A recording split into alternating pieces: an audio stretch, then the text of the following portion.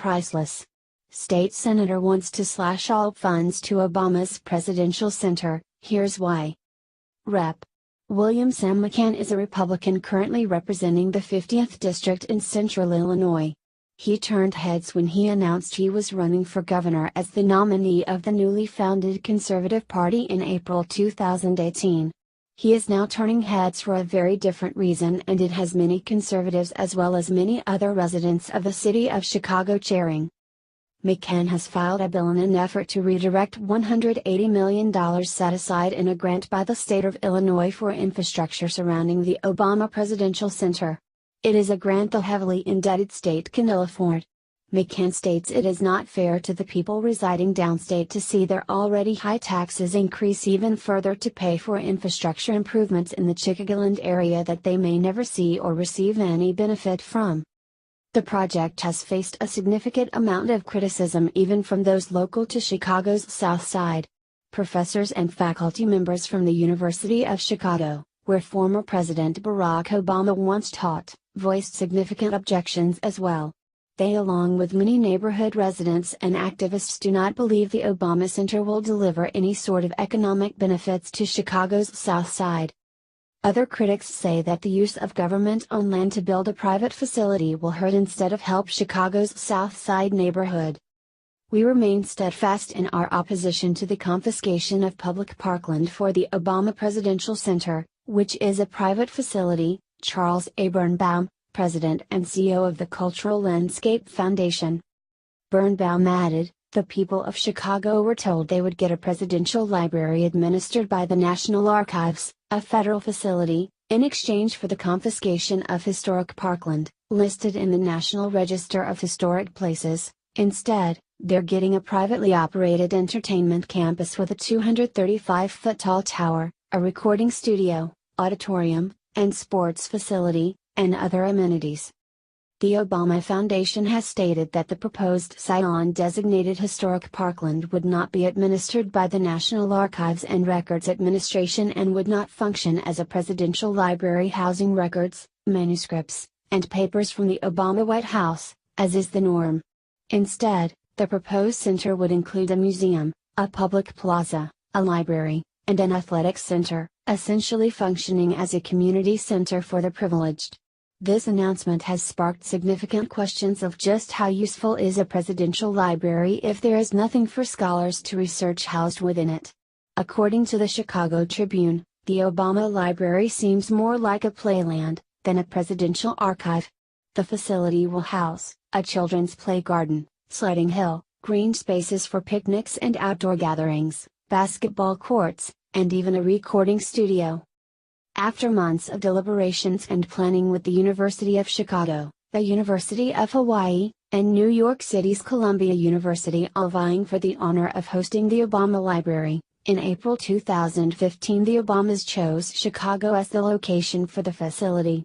Yet many months later the University of Chicago is wondering if all they are actually getting is an overgrown community center. Other presidential libraries hold the full archives of its namesake's papers, and it is a place where scholars go to do deep and extensive research in an effort to discover what happened during a president's time in office as well as their life prior to the White House.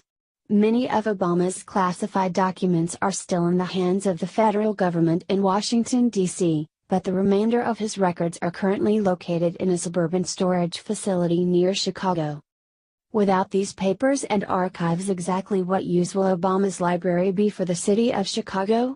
Why would the state grant land, reduce the city's green space in a historic parkland, forego future profits from the parking garage, and force the entirety of the already overburdened tax-paying populace of the state of Illinois to pay for it? These are the questions McCann is asking, and he states it is the exact reason for the bill's proposal. In a statement, McCann announced that he filed legislation to reverse the $180 million appropriation on grounds that there are better uses for the money than dropping it on a high-profile luxury project. "I am calling on my fellow legislators to join me in making the fiscally responsible decision to put this $180 million back in our road fund," McCann said. Illinois hasn't had a comprehensive capital bill since 2010, and the American Society of Civil Engineers gave our roads a grade last year. If we cannot provide central and southern Illinois with safe and efficient roads, we cannot afford to pump money into high-profile luxury projects. Citizens in central and southern Illinois are counting on us to make sure that their tax dollars make a positive difference in their lives, and that is what this bill will do, McCann added. It also sends an important message that we will support economic development efforts throughout the entire state. There has also been significant pushback from within the Hyde Park community, yet critics are attempting to silence these criticisms with cries of racism, class, segregation, and so-called privilege. The Chicago Tribune reports, the Obama Foundation's plans to build the Obama Presidential Center in Jackson Park have sparked a complicated, and at times emotional, conversation about race, class, segregation, privilege and power on the South Side.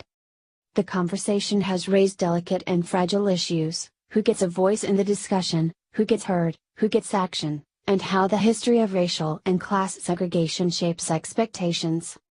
There are those who see the development as an opportunity for longtime homeowners to finally get investment and an increase in property values. Others worry that rising rents will push out poor African Americans. They fear development will cater to elite, highly educated blacks while working class families lose access to lakefront communities. Residents who are pushing for a Community Benefits Agreement, CBA, a contract guaranteeing property tax freezes and jobs, have been told they should find entrepreneurial ways to benefit from the coming attraction.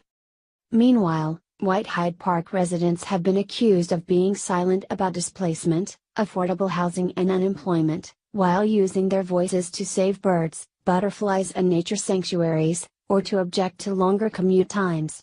And when black residents have voiced their desire to preserve park and green space, they have been told that with all the inequities African Americans have to deal with, Parkland should be the least of their worries.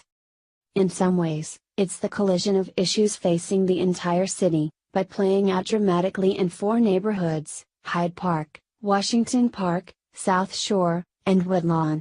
The center will cost more than $300 million to build and is expected to bring hundreds of jobs and visitors that could ultimately transform the South Side. Yet what that will mean